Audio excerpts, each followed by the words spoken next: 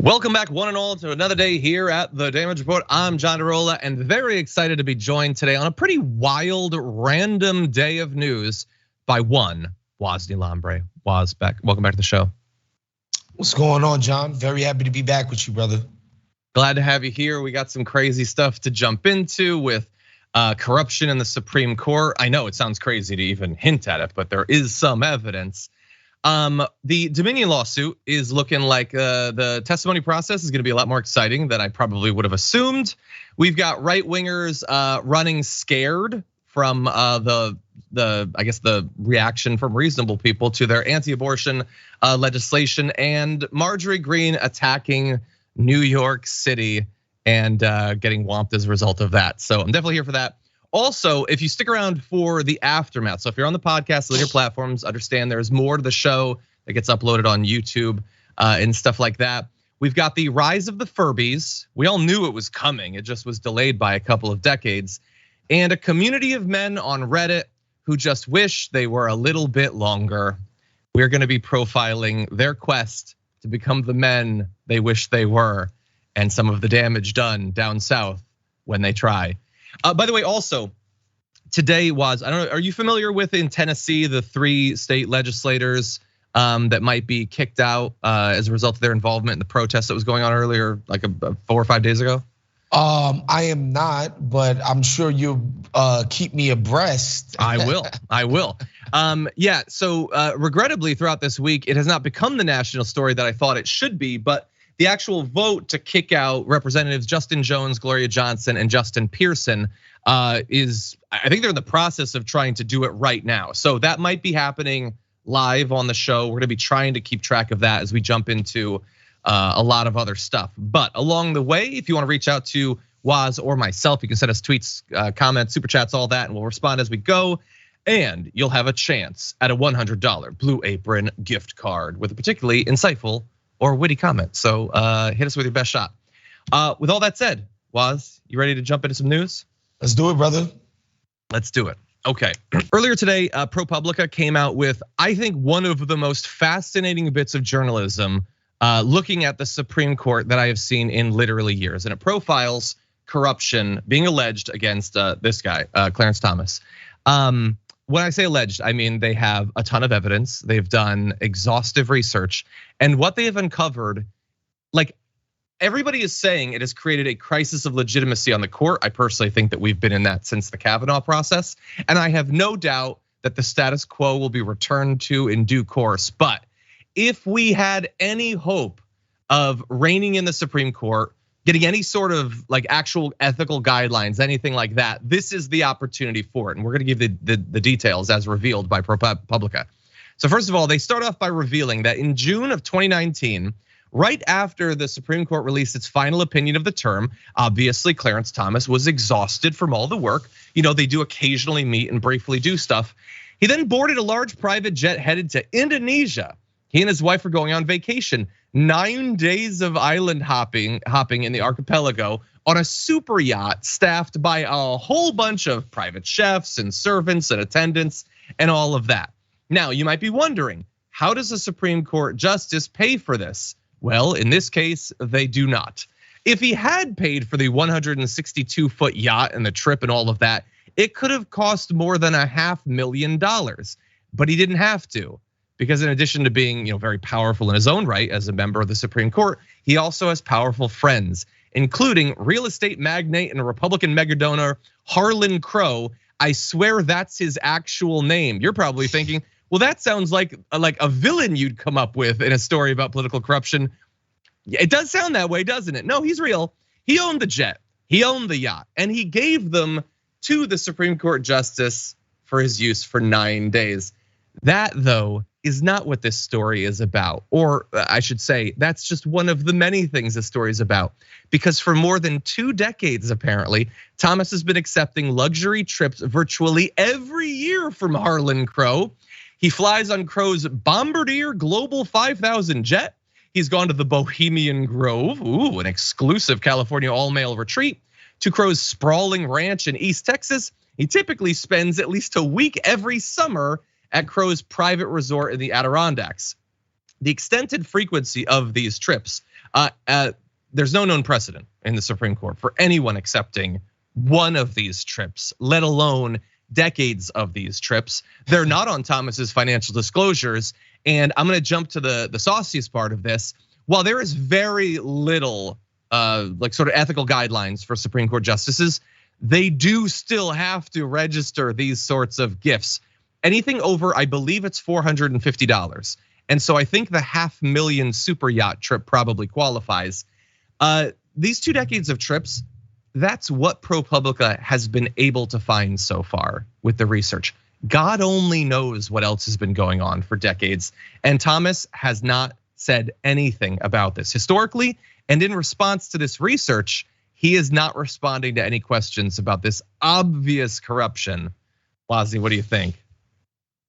Yeah, it's people should not be surprised to learn that many people on the, or Clarence Thomas specifically, is a corrupt individual. I don't think anybody would be surprised. I think a normal person who spends, a normal amount of time thinking about politics probably thinks like somebody as important as Clarence Thomas makes a lot of money, and so therefore this would be normal. And no, this guy is a civil servant. I think the way our culture operates is that we think of everybody who is in the news as a celebrity, and so therefore super rich. It's like, no, this guy is a public servant. Okay, this guy works for the government. He works for us.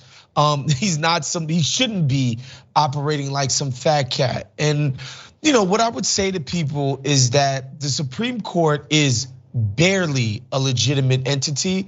It's one of the most anti-democratic entities that exists. There is no institution in public life that is as influential, as powerful, and is as anti-democratic, meaning nobody votes for these people and they have lifetime appointments, right? And I think progressives, especially over the last 50 years or so, have tended on having a positive view of the Supreme Court because we think about stuff like Roe v. Wade, affirmative action, Brown v. Board of Ed, these Supreme Court cases that have opened up things for people as far as like civil liberties and civil rights. But that is not the history of this court. That's like a 30-year little nugget of time as compared to the overwhelming majority of the history of this court has been extremely corrupt, extremely anti-democratic, extremely reactionary. As far as I'm concerned, we could get rid of the Supreme Court tomorrow and it would be no sweat off my back because that institution has been, basically a thorn in the side of the people since its inception. Yeah. It's generally served as one of the last defenses for the status quo. Yep. Like if the peasants get out of hand and finally overcome all of the structural hurdles to their will being reflected in public policy, well then don't worry, because we've got a get out of democracy free card in the Supreme Court. Generally, that is how it is served. And so for Thomas, we're gonna see. Is he going to respond to this at all? Will there be, the fact that the Republicans control Congress and will not give a damn about this. Consider what if it was Hunter Biden that was taking these trips? Like, come on. Probably nothing will happen, but great work by ProPublica. And we've actually still got a couple of angles of this to cover. The guy doing all of the obvious bribing of Clarence Thomas, Harlan Crow, he has responded to the allegations made by ProPublica.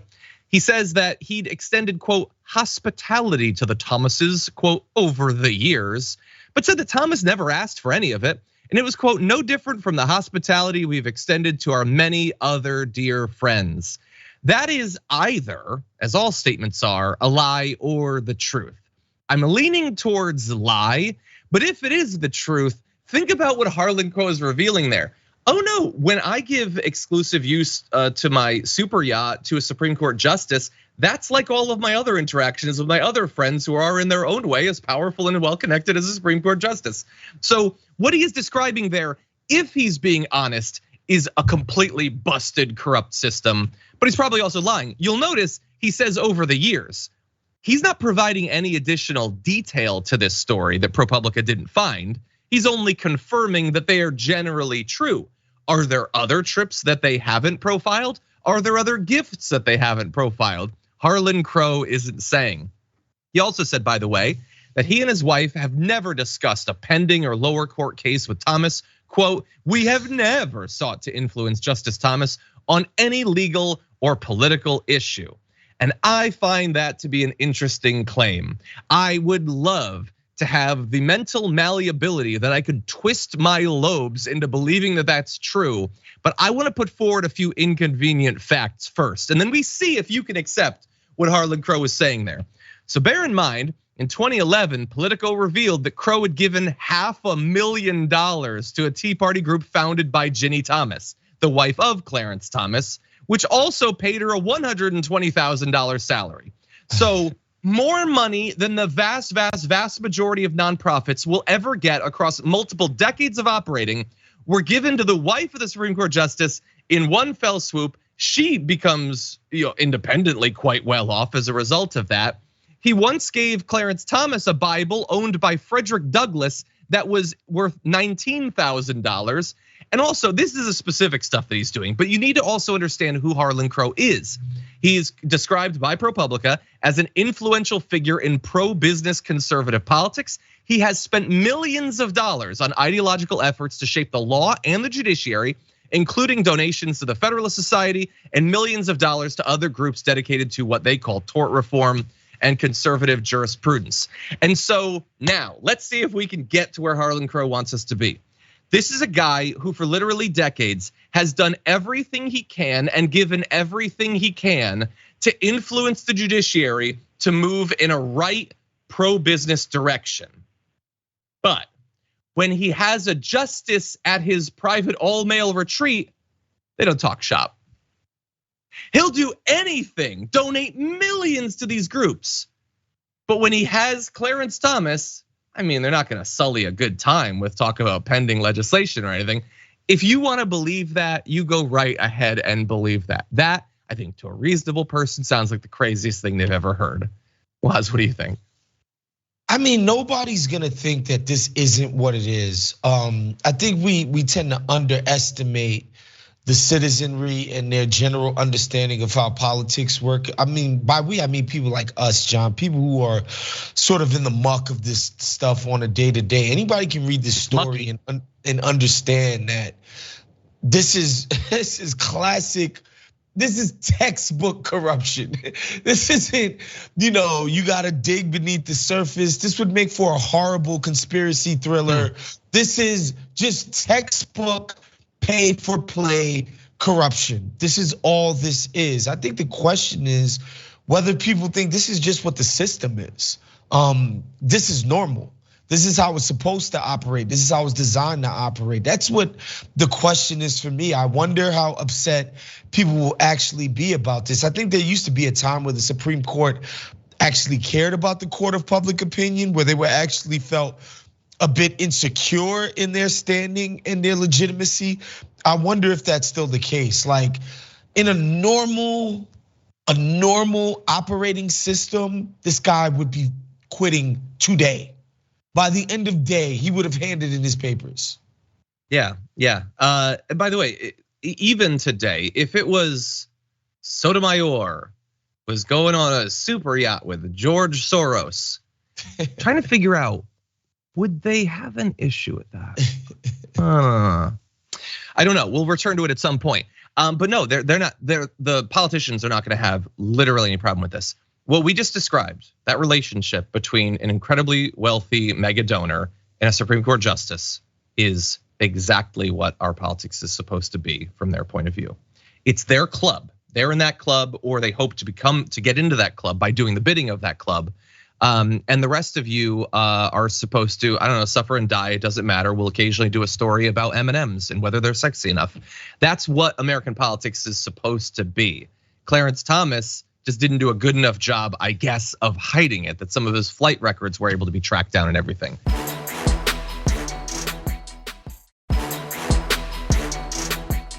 The pushback has begun.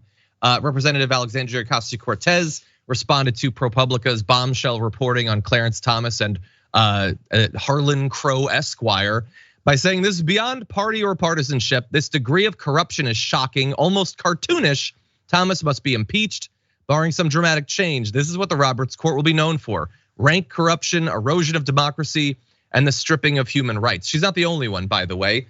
Ted Lieu, representative of California, says, is Supreme Court Justice Clarence Thomas corrupt? I don't know, but his secretive actions absolutely have the appearance of corruption. For the good of the country, he should resign.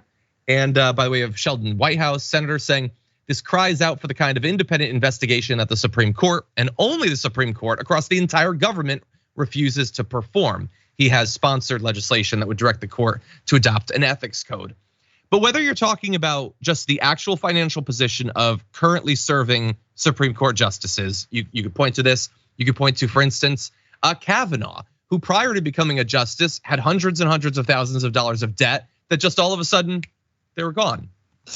Nobody knows how, and it's impolite of you to ask. Or the process by which people get onto the Supreme Court. Why is Kavanaugh there in the first place?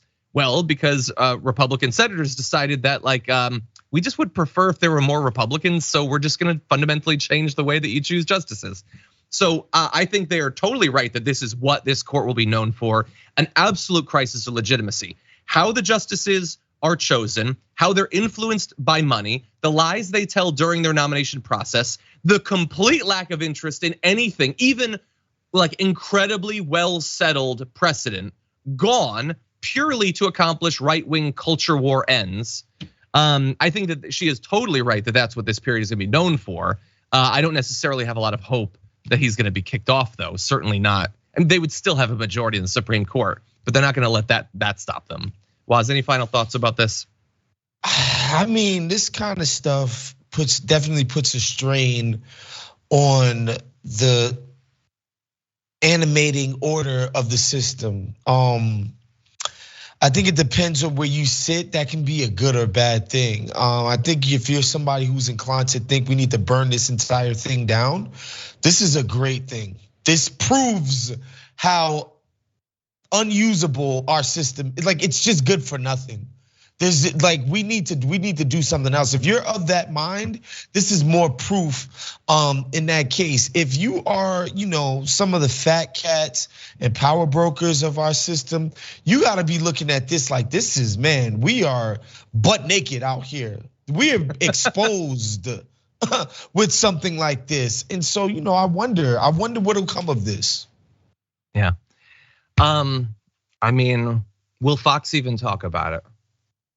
Because I don't think they necessarily, like they would have to defend him if they did talk about it. Do they want to tell their base, the base that they say, hey, we're all against the elites together. Remember, I'm a populist. Populism. It's totally cool, by the way, for a Supreme Court justice to be given literally millions of dollars worth of extensive international vacations over the course of decades, as well as thousands and thousands of dollars worth of Frederick Douglass's personal effects. That's what they believe. Will they actually say that on TV? Stay tuned, I guess. Not to Fox, though. We'll let you know if they do. Anyway, we have to take our first break of the show. I didn't think that we would have quite so much to say about that. But when we come back, we're gonna be talking about the Dominion versus Fox News lawsuit. Basically, all of the highest profile players are gonna be testifying, and we're gonna give you the details after this.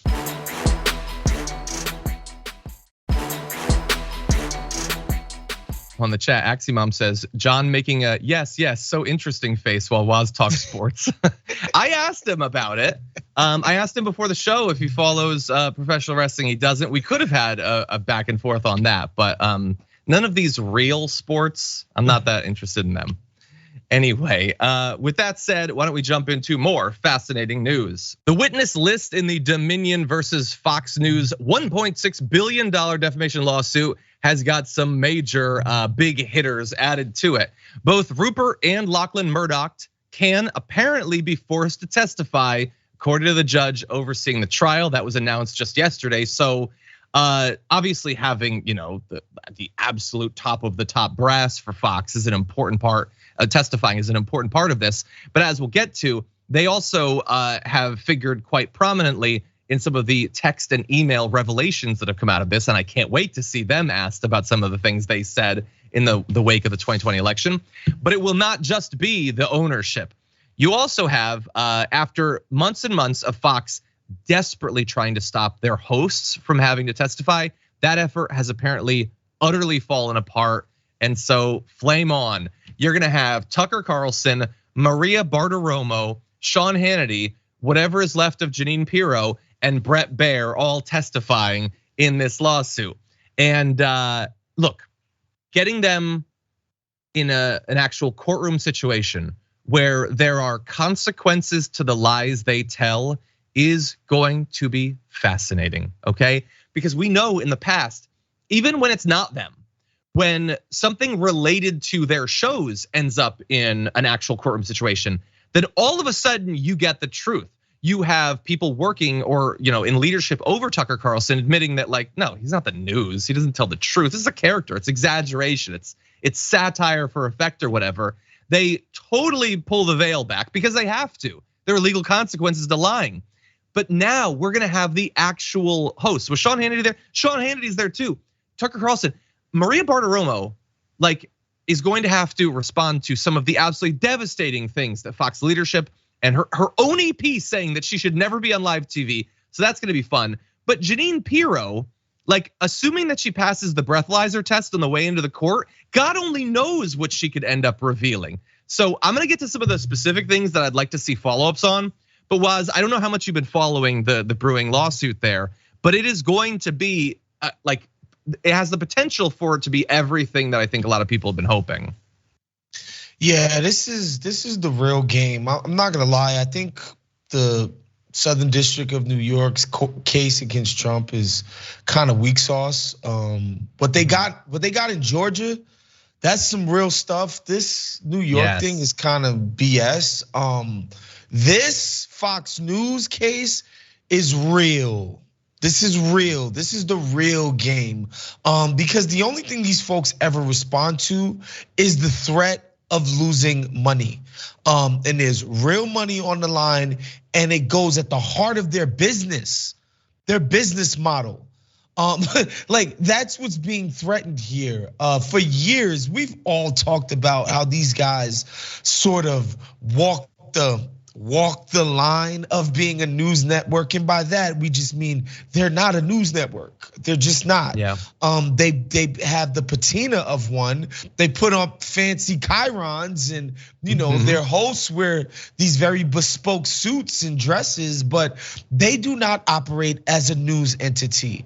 And to have their emails and phone records subpoenaed, and to see how these people actually correspond to each other, as it pertains to the work that they're doing, this is the ball game, John. This is huge. Yeah, I mean, and the $1.6 billion, I would imagine you have to run a lot of MyPillow ads to generate $1.6 billion. A lot of penis pills got to get sold. A lot of Roseanne Barr specials have to be produced and promoted. Yeah, man, they're oh God, what a business model. So yeah, I agree. I think that this is theoretically an existential threat. That said, it is Fox News. They're powerful, they're well connected. So please do not go into this expecting that, oh, they're done. First of all, because generally things don't end up the way they should. Second of all, because if they were destroyed, whatever came after them would definitely be worse.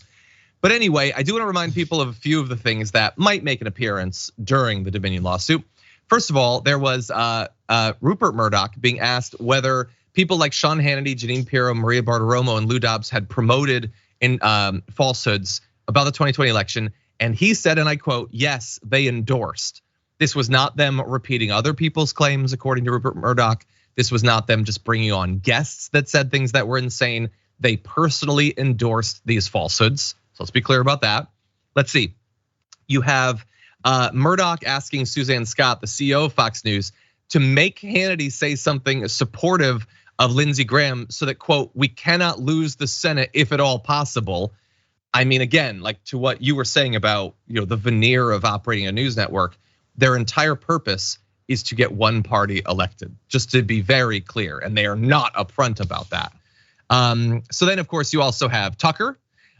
You have Tucker telling Hannity that one of their reporters needs to be fired for an accurate fact check, and explicitly talking about the business reasons behind doing these things and spreading these lies. Quote, do the executives understand how much credibility and trust we've lost with our audience? We're playing with fire for real. An alternative like Newsmax can be devastating to us. He is saying we have to lie better because if we don't, we will lose business. That's the entire Dominion case in one text message to Sean Hannity. So anyway, I can't wait to see it. I would love, it bears less, I think, on what happened, but if they could ask Tucker Carlson about all his quotes about how happy he is that soon he'll be able to ignore Trump. I hate him passionately.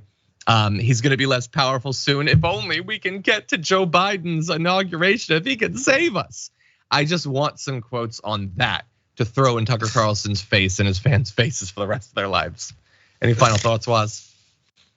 Listen, man, I think the best part about this is that we've heard for years, Sam Cedar, who we all know, he's talked about, he met Hannity and Hannity was just like, yeah, it was just a joke, right? Like, it's just a game. We're just doing we're just performing the game. And for years, people who have known Tucker Carlson is just like, this is what he's doing on TV is an act.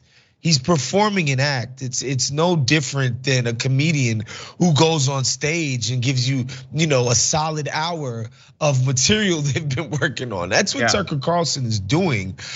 We've known this forever, but to see it in plain English, where these guys are just like, no, I think Trump is demonic. Who cares? We got to support him on air. It's good for the ratings. He's a failure for business. That's the part that's crazy. Yeah, 100%. K-Chan says they'd like to have a segment where Jon Stewart asks Fox questions. I would like to have Jon Stewart be the person doing the witness like cross-examination during the Dominion lawsuit. Probably not gonna happen that way.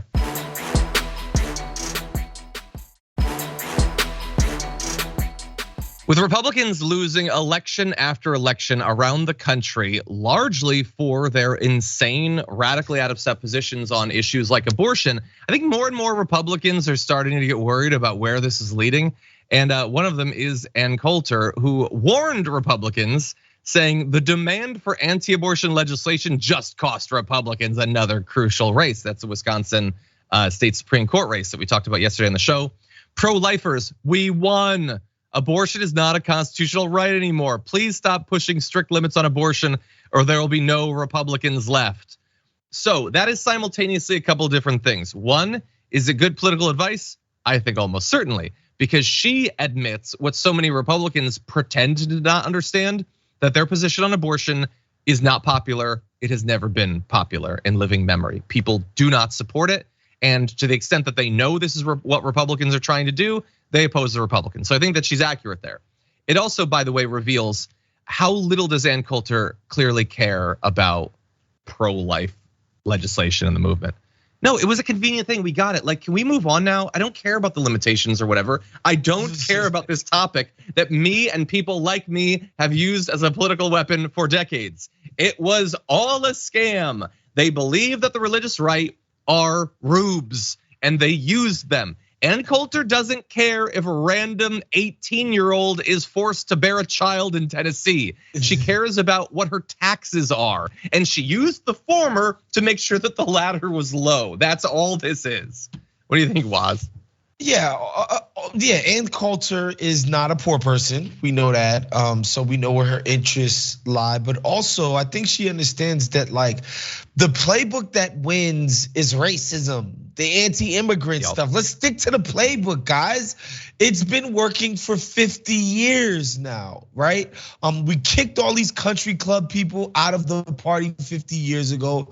All of these quote unquote Rockefeller Republicans and moderates, we're done with that. But we got the party we want. It's all xenophobia, racism, anti-immigration. Stick to the basics, John. Stop with this abortion crap.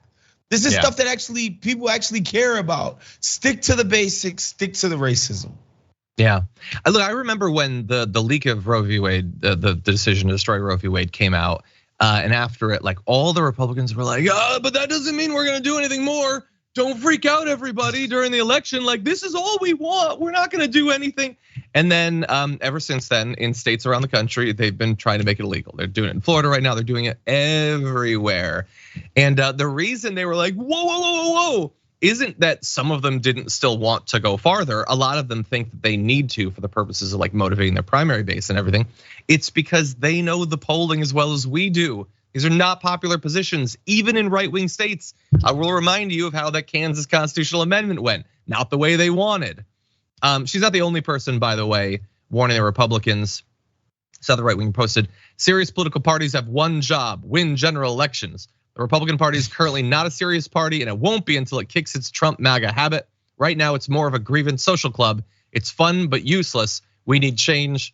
That is, I think, a very accurate read of the entire thing. They are not a serious political party, and they're not interested in winning actual elections. They're barely even trying anymore. They're trying to rig things so that they don't have to, i.e. Wisconsin.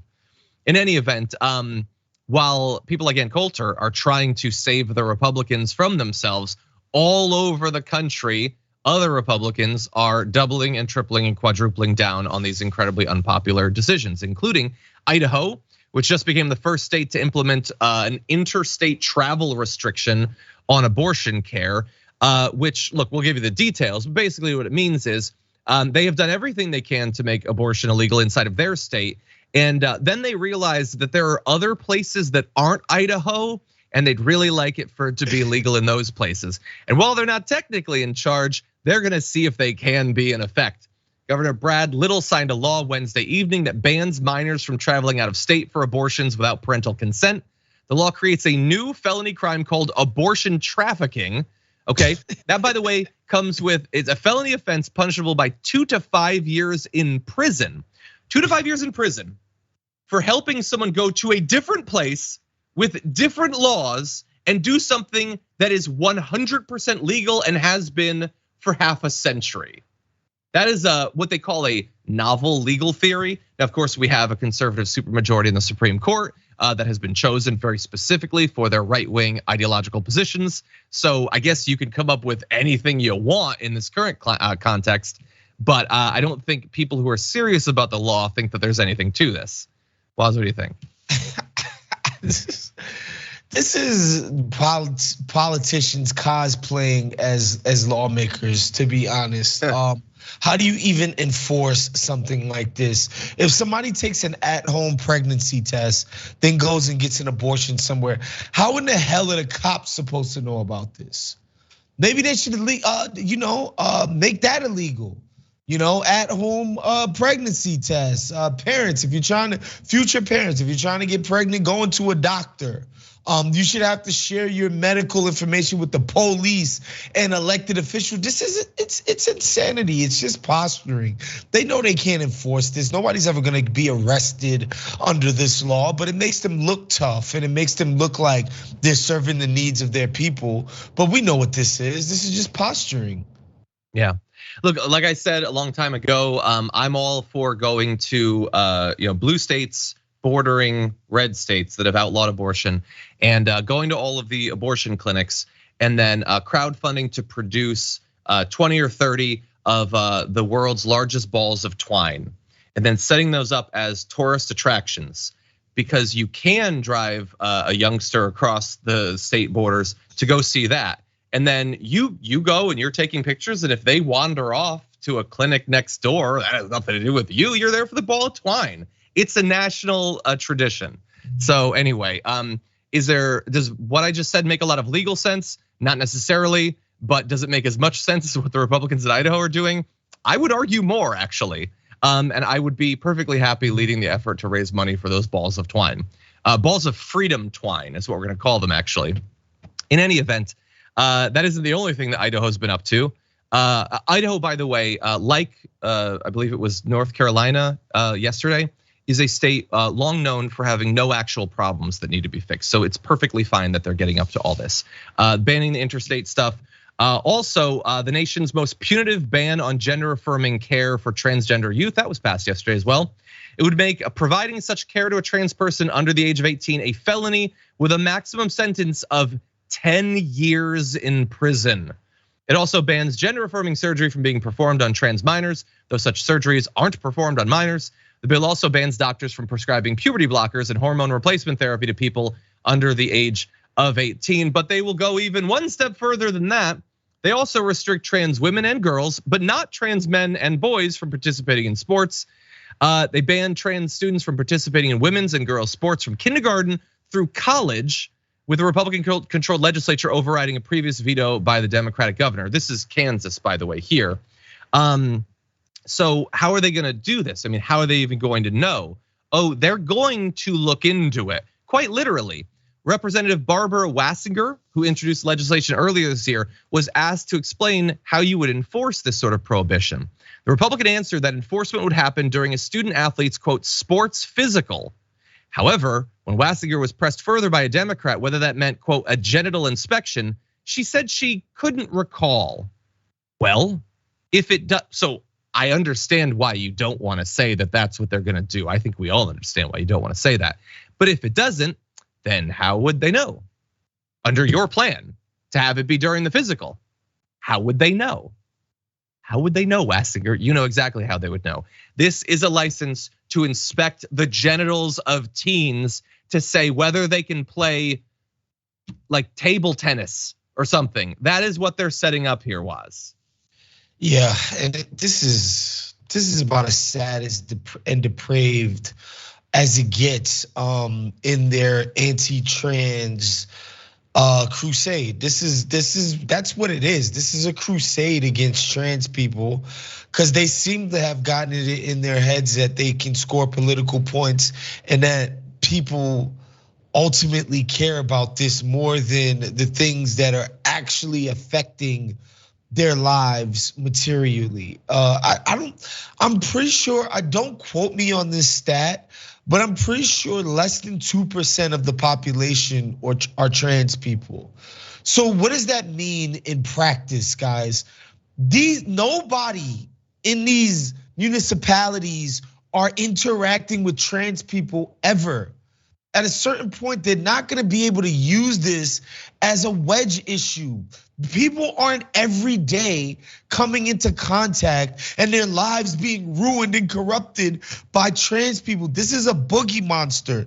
There aren't this huge population of quote unquote trans athletes ruining youth sports. It doesn't exist. This is a made up issue. Like it's so fake. And I think eventually people are gonna realize like, man, like these guys really only wanna talk about trans people, and I don't see this ever occurring out in society. It's not to say that trans people don't exist, they do. But the extent to which that every single law, every time these people get on TV, every time their whole messaging is about eliminating this alleged trans problem. Like this is craziness. Yeah, well, it's absurd. Obviously, it's total misinformation. None of this is actually happening. It's fake. They're like you follow sports. Anybody can put their kid into baseball, football, hockey, swimming, whatever. There aren't this mass of trans athletes, in quote unquote invading their sport. It's just not a thing. And look, I think you perfectly laid out that it's not what they're saying it is. And I think they also reveal that they know it's not what they say it is, because they have to constantly lie about the actual problem. Not only about there are literally bans that have been put in place in states that have never dealt, like even unfairly, with a trans athlete. When asked about trans athletes, they have to reference cases in other states. Like that is how rare it is. You'll note, of course, that they've turned to only talking about like mutilation of kids and all this stuff. They talk about that constantly, despite the fact that that's not what actually happens, because they know that talking seriously about the trans community does not successfully freak people out the way they want. So instead, they start talking about Satan and hell and all of that stuff, trying to freak people out. But again, I don't think that this is a huge winning issue, certainly not in a general election. But as we've been saying, they're not trying to win general elections. They're trying to be the craziest Republican to win a primary, I guess. The pundits are trying to be the craziest pundit to generate an audience. That's what they're doing. That's what the incentives are for. Anyway, okay, man, this day is racing by. Okay, we're gonna run to our second break. We come back. We got a lot to get to, including vicious attacks against the great city of New York. So we're gonna jump to that in a second.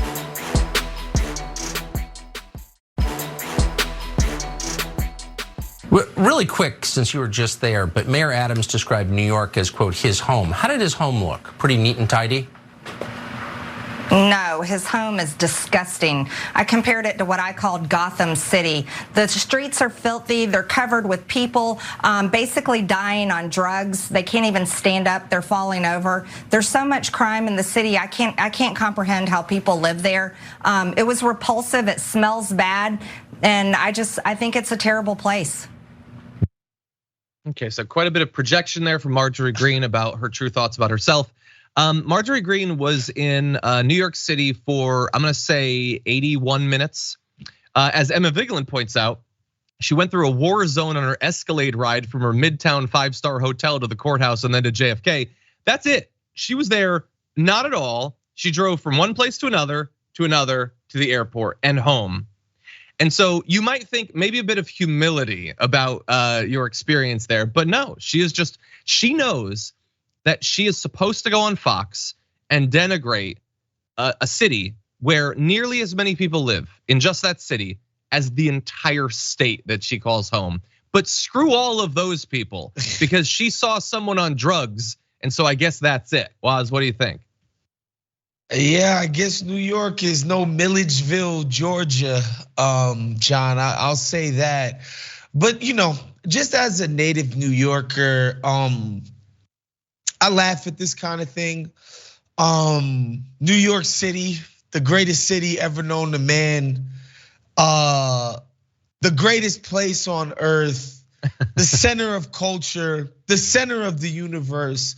The idea that we would take offense, or we could take offense to, denigration from the likes of Marjorie Taylor Greene. And again, I'm not gonna do the New York thing and talk about the place that she's from as compared to us. I'm not gonna talk about the music, the art, the culture, the food. I'm not gonna do that.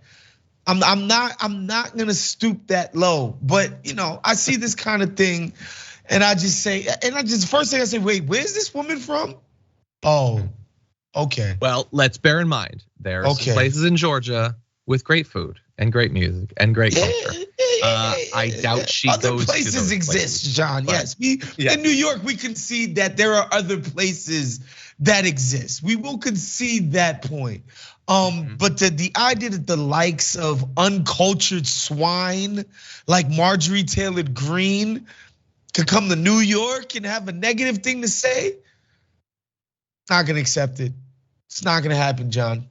Yeah, well, look, I will say what I do know about the right is one of their, not the actual hosts, they express this opinion, they don't mean it, but regular conservatives might. They feel like people from the coast have no respect for them and the places they live. Okay, and in some cases that's true. And so if they're offended by that, I understand that. But then immediately turn around and attack massive cities where literally millions of people live. And they don't see that to be a problem at all because again, they weren't expressing a principle in the first place. They're not looking for fairness. They're not looking for balance. They're not looking to treat others as they wish to be treated. They're looking to be treated well and to hit people they dislike as hard as they can. That's what they're trying to do. That's Marjorie Greene. Marjorie Greene doesn't know a damn thing about New York. She didn't see the things. And I'm not saying that there isn't dirt in New York, that there are any of those things that she said. She just is lying because she didn't actually see it. And she also, how interested is she in drug overdoses in her district? Nobody has an opioid problem. Nobody's cooking meth.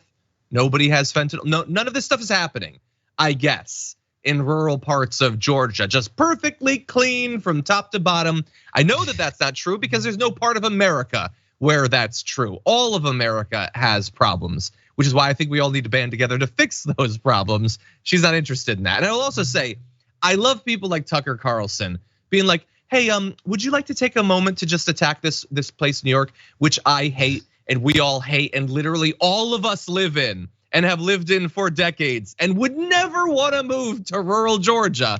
But no, we totally hate it. It's so dirty here. It's just person from middle of nowhere GA can't understand why tens of millions of people flock to New York, why we've produced some of the greatest people this country has ever laid eyes upon. I mean, who's from Cummings, Georgia? Who? Somebody tell me, please. No problem with Cummings, Georgia. By the way, Woz, you guys also produced Donald Trump, so you have some explaining to do. And he's actually from Queens, Jamaica State's not far from where I grew up, honestly. Yeah. It's one of the stains on our legacy, but it's just the exception that proves the rule. Yeah. That's why Donald Trump sticks out that way. We don't tend to produce this kind of scum, but actually, if I'm being honest, we produce a lot of stuff. So, a lot of stuff gets produced too. Maybe I'm a little bit defensive. I'm from Bridgeport, Connecticut. I have a lot of great memories of going to New York at various points, seeing shows and stuff like that. The issue, I think, the thing that's biasing me is, despite not growing up in New York, I had an open mind about it. Marjorie Greene is not burdened by any positive sort of mind. Anyway, I just love this idea that these places that people, again, that everybody wants to move to, these cities in our country that people literally flock to, pay exorbitant rents and deal with all kind of hardships just because they want to be there. Somebody from some backwater could be like, these people must be crazy to not want to flock to the countryside. Yeah, and by the way, if you want to live in the countryside, that's fine. My brother lives in God bless. Outside of Atlanta. I'm just saying, like, don't throw stones. The world needs more cow milkers, John. There's a lot of milk getting drunk on a daily basis. Okay, really fast, let's jump to this. It's a wild story. A long-serving sheriff in Frederick County, Maryland is now facing a multi-point federal indictment in connection with what was going to be a scheme wherein he would acquire machine guns so that a person that he knows would be able to then rent it out of people, all under complete fraudulent means. You bring him up right here. This is Charles Chuck Austin Jenkins, was doing this scheme with Robert Justin Kropp. They didn't face counts of conspiracy to interfere with a government function and to violate federal law regulating machine guns, among other related charges. So here's what they're gonna do. Jenkins is accused of conspiring to illegally buy machine guns through the use of his office's letterhead so that Kropp, a political supporter and owner of the Machine Gun Nest, maybe that's what clued them in, could obtain and rent out the aforementioned firearms to private citizens. The sheriff allegedly used his office's letterhead to falsely attest in law letters to licensed dealers and manufacturers that the machine guns were, quote, dealer sales samples for law enforcement demonstration purposes.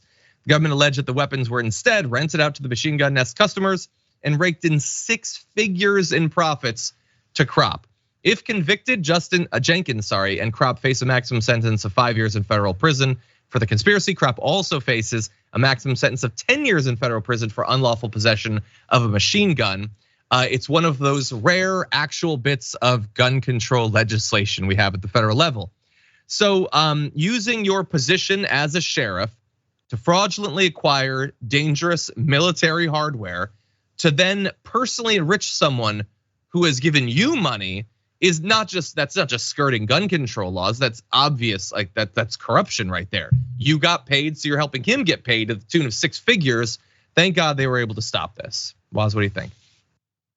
I mean, I'm happy nobody was hurt in the course of any of this. That that this machine gun or machine guns didn't end up in the hands of some bad actors. But yeah, maximum jail sentence of 5 years. Yeah, I think for this level of stupidity and greed, yeah, lock him up, lock his ass up, John. Yeah, we don't need prison reform. Don't abolish the police. Lock him up. I don't know. I was just former President Donald Trump was calling for the police to be defunded yesterday, so I'm starting to think. But anyway, yeah. Look, there are places in America where you can actually do this. Like if you go to Vegas or whatever, there are places that you can fire machine guns or whatever. But there are also laws, and you have to abide by them. And the idea that you'd be using your power as a sheriff for this, just for the personal enrichment of people that you know, is a complete abdication of the incredibly limited ethical obligations that you're held under. So we'll see what ends up happening with the legal process. Okay, that is unfortunately all the time we have for the first hour of the show. Thank you everyone for watching on the linear platforms, listening to the podcast. By the way, helping our last couple of weeks of episodes just shoot up the rankings on Apple. So thank you everyone, and I appreciate all the new ratings and reviews. I read those on a daily basis, so thank you. Woz and I will be back after this.